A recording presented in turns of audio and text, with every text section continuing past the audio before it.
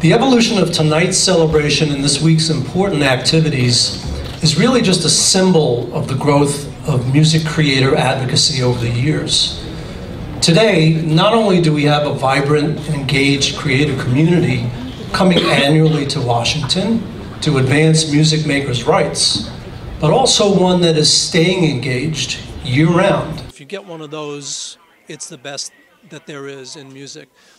That's one night. The rest of the year, the Academy has many initiatives. One of the key things that we do is we are amongst the key advocates for the rights of music creators.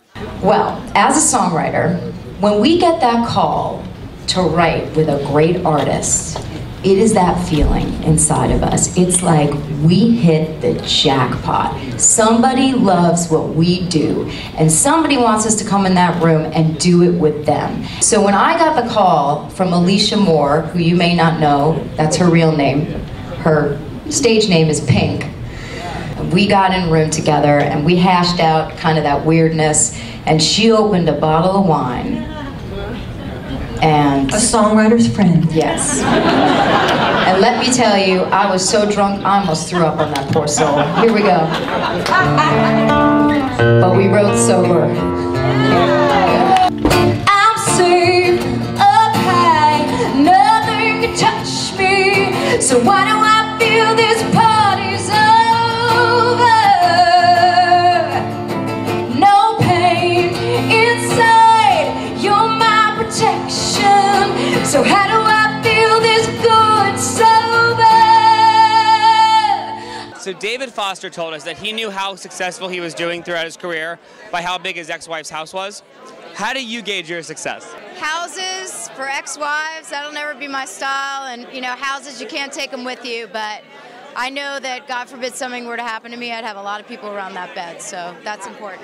I've always appreciated the great work that Neil Portnow, the Academy, and the Grammy Foundation, what they do year-round to advocate on behalf of music makers, keep music education in our schools.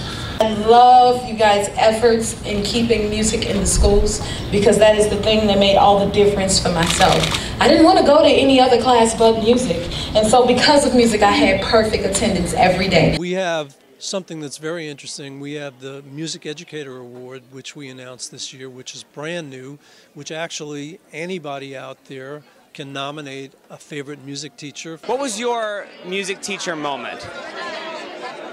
Wow, I had so many music teachers that I loved, but I can't imagine growing up without music in the schools. Here we've got Duke Ellington School and great programs, but not all around the country do they have that. Right. So what can we do?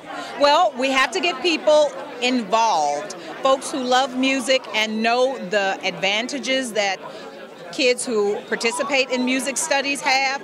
Their grades are better.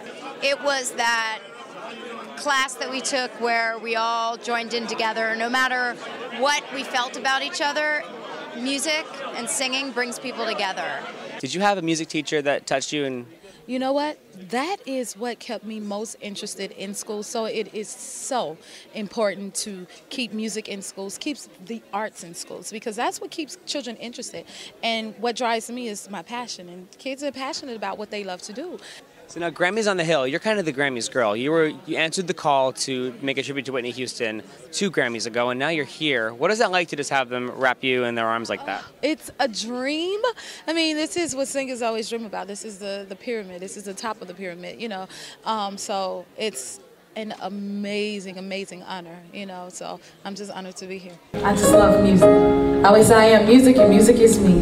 And it's about the passion of it and what moves you. And so I'm going to sing you a song that moves me. And it's called Hallelujah. She broke your throat and she cut